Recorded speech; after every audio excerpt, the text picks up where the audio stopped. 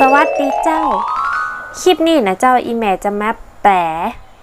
ประโยคคำถามง่ายๆ10ประโยคนะเจ้าเพื่อที่จะได้นำไปใจกันได้นะเจ้าขอย้ำนะเจ้าว่าสำเนียงที่อีแม่ใจเป็นสำเนียงของคนเมืองแปรนะเจ้า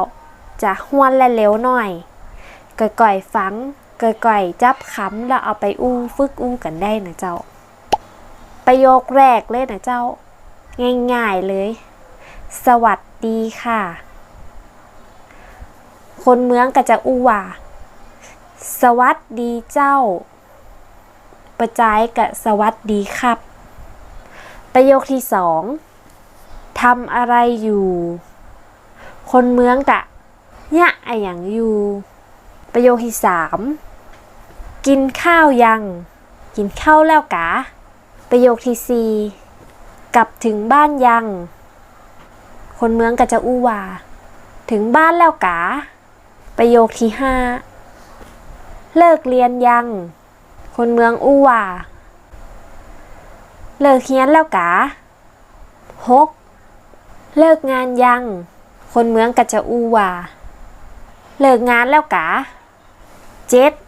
7ไปเรียนไหมคนเมืองก็จะว่า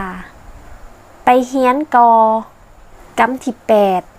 8กินข้าวกับอะไร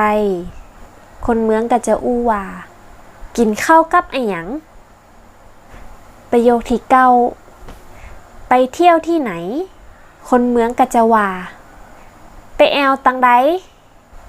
ประโยคที่10สบายดีหรือเปล่าคนเมืองก็จะว่าสบายดีก็เจ้าลองฟังและกระทบทวนไปนะเจ้าฝากกดไลค์กดแชร์กดติดตามกดกระดิ่งให้แม่ต้วยนะเจ้าจะได้บ่พลาดคลิปใหม่ๆแล้วเจอกันใหม่คลิปหน้าบ๊ายบาย